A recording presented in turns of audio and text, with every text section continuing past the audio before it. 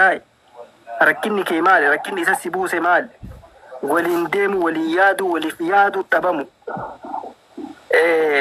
Oromoon keessattuu amma gadaa amma nu keessa jirru kana keessatti kutaan sadii waan fedhu an hin beekne. Kutaan sadii osoo makamaa qiyaamaan illee nu dhaabattu taateeti ka achirraan eegaltu. Tokko ijoollee afaan wajjin nu amma dubbannu obboleeyyan mateenna keessattuu Oromoo Islaamaati wanni badee gadaa kana. Ijoollee kiristaanaallee warra waaqeffataa kanallee arraba waan baalagee kaasan hin dhageenye. Warri kutaa fi gandaa walitti nama buusu waruma sujuuda kallacharraa qabu, waruma masgiida saffii awwalaa salaatu, waruma ammallee gaachena qabu. Rabbi kanarraa gaachena haqe. Kanaafi wanni godhuu qabdan yaa jara kenna. Dhiirummaan arrabaa miti. Dhiirummaan arrabaa miti. Dhiirummaan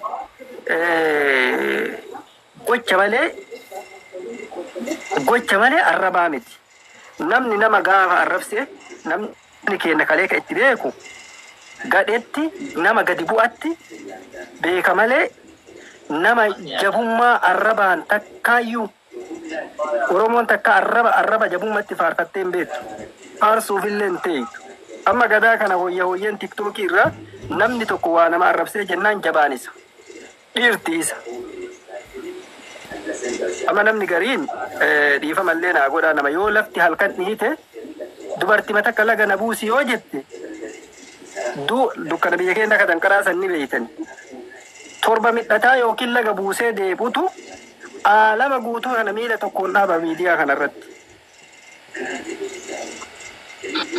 Kayoo simbirti biraa lafa dukkanaa barrifte yookaan utaalte innillee akka qawwee dhoombir waaqoo guutuu dhukaase sanitti dhuka'u faana si maaltu labbu'e samii irraa jedhee ummata akkanaa kanatu dadhabe miidiyaa kanarratti. Kana waan ta'eef ka kutaa kam keessa jirtu kalee waan amma adha'aniifati keessa jirru kana abboonni niif akaakayyoonni teenna osoo ka argitu taateeti lafeen isaanii akka kalee caccabesani silaa nu uufecha dhaloota ammaa uumuu kanaaf silaa hin caccabuu miti waan akkanallee jedhanii ilaalanii miti. Oromummaa tanaaf ilma kana jiraachisuuf namni baala mukaa uffannee jedhan. Bakka takkatti ilmi namaa dhume. Namni bakka takkatti Oromoon tun addaan hin baanu jettee halaaka.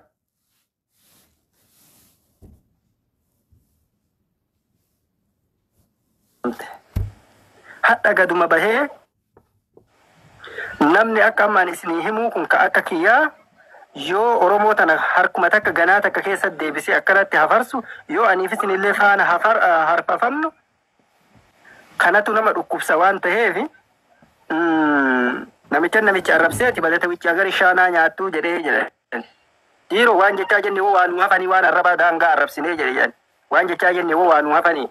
Kanaaf ilmi fagootti ilaaltee waan argine tamutaan of keessaa baasanii hadha arsiifan argee waa waliin jedhaa ramni yoo harargeen lamaan gusaa walitti deebitee waliin akoofne waggaa 5-6 as deemu kana yoo rabbi kanu kaahu taate arguuf teenna. Yoo arsiin lamaan illee walimatti deebitee gandaa waliin akoofne gosaa waliin amma maaltu dhufu heda gosa tiyya gosa tantee caaluu hedatu dhufu heda gosa birallee gallufanii maal fidan balbalatiyya balbala tantee caaluu sanitti deemuu heda namni kenna.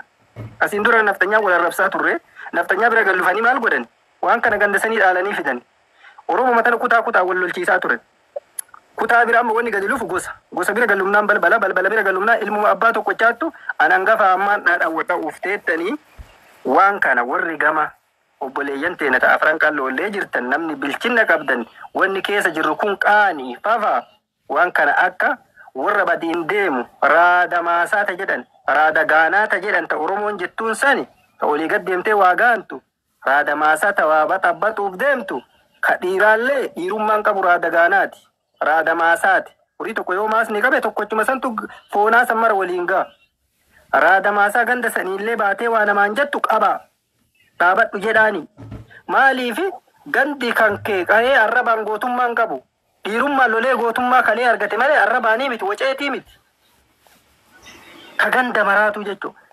Keessattuu waan kutaa sadiin Jimma Arsii Hararget garuu gandi kun sadin ganda islaamummaa illee qabu badii arrabaa kana rabbi nu buuseef hin beeynu dhaabaa nammiin kunniin haa dhaabatu ganda kana keessa nama bilchina qabutu jira adda wallagga nu rakkisaan jiru arrabaan gujii booranni nu rakkisaan jiru warruma ganda kanaati gisee hedduu hoyyee guuza guurateetiin namni kan nu rakkisaatiin jiru miidiyaa kanarratti wal baanee naasuun malee miidiyaa kana fuula namaa footenne waa namaan hin jennu malee garuu warra waa namaan jedhu tokko tokkoon qabna asirratti kanaaf isinit dheeresse horaa bulaa deebanaa ulfaadhaa kabajaafattanaa margu jinagaa wannoo argo ejersa gaaraa korma nyaaraa ta'a ulfaadhaa galatooma badiin kun nurraa haa dhaabattu isin jedha halkan gaarii.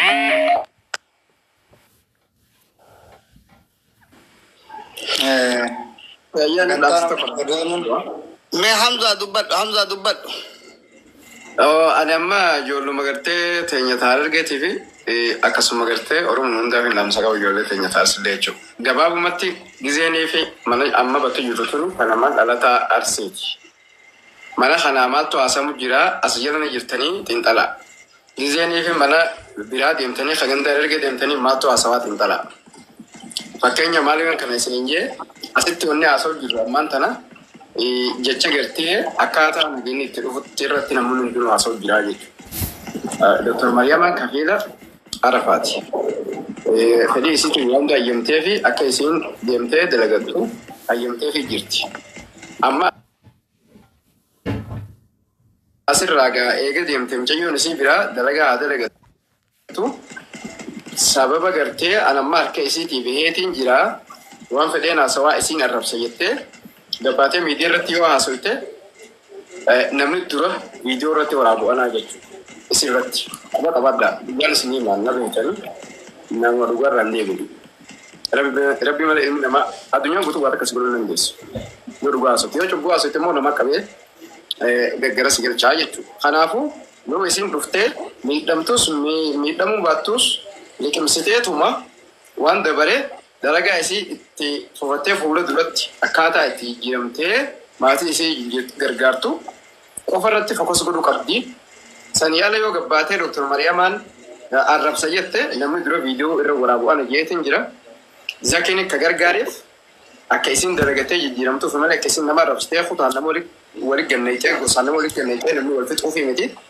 Kun beekamaadha. Zakiin amma laala kaleessa isii maallaqa ergeetuma deebi'ee guyyuma itti aanu guyyuma sanii na fakkaatti Ustaaz Saalimu makiinaa bitamuudhaaf wanti eegalamee jira jechuudha. Pirosesni san irrattis qarshii 100 Itoophiyaa deebiin jechuudha. Kana jechuun maali? Tokkummaa ibsa. Bakka rakkoon jirtu hunda dhaabbachuu isaa agarsiisee jechuudha. Oromoon bakkuma fedhe ta'e. Saniifuu namni gartee gosaan tujjaara ta'ee miskiina ta'ee namni gosoota kamiidhaa gosoota akka arrabsaa fotoota akka arrabsaa jee fandii namaaf gadhiisu akka hin jirre beekuu qaba.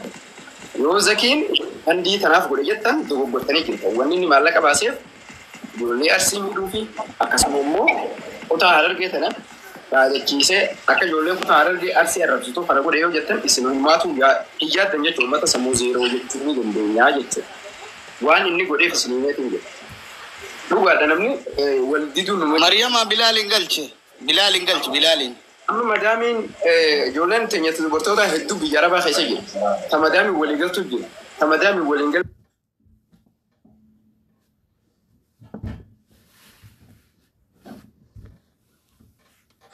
Tan madaamiin guyyaa 15 qofatti jechuun jibbitee tikeeta irraa murtee as deebisuu jira. Maallaqa isii duraaf qarshii 4,000 fi 5,000 godhatti jechuudha. Deebitee isii kana biraa galchuudhaaf riyaala 2,500 baasise. Kas tunuun dinatti haaftuuf afaan funyaan hin dhaabaatu jetteeti ta madaamiin deebisuu jiraan isin hin jedhe amantanii samanuu baattanis ni beekna. Waan kana hundinuu ni beekna. Saniifuu Arafaa Dr. Mariyamaan mucayyoo tana osoo isii irraa cufeetiin fugee suuqa xiyyaanaa gurgurtuu jetteeti waliin haasawanii kana dalaita jaanii mindaan kee kana jaanii osoo ajjirtuutti himamee bishii jaanii walii galanii dhayxee jechuudha. Eega dhayxe immoo namni wal diduu waanuma jiraati isin hin jee walii galuu dadhabanaa jennu. Yeruma san tikeeta irraa murtee maalleen natti haafu jettee asitti deebisuu dandeessu. Yoo asitti deebisee namni hin gargaarinoo jiruu isii tagaafatiyyoo Somaalee taphattummaa deebitee jechuudha. Amma gaa sun hundi hafeeti zakiin akka isiinis asitti hin galleef Dr. Mariyamaan maallaqa isii baasee faayidaa fiddeef akka osoo hin argatu Asara keessa kan galle maallaqa san bakka deebisee fi ati furii isii godhe haa dalagattu jedhee kana godhee jechuudha. Kanaafuu wal diddaa gartee walii galuu dhaba yeroo isii wajjin tutta sanitti yeroo muraasa isiin wal garee hagana jidduutti hammeenyi isin fidalee waan jirtu namni qalbiin namaa wal diduu waan majiraati eega wal diddee biraa deemte hudduu si walitti qabattee afaan si walitti qabattee uffee dalagattee jiru dhaamnaa fi jechuudha. Mucayyoo arfaatti na jechuudha. Bitaa kaaniin jaalala walitti qaban kawaa wal fuudhu deemanii jaalala obbolummaan gargaaree Dr. Mariyaamaanis jettee. Amma gaa eega nama kan hundarraa achi baatee dalagaa seentee dalagaa sitti fuufattee dandeettii taalentii qabdu duraanii barbaadee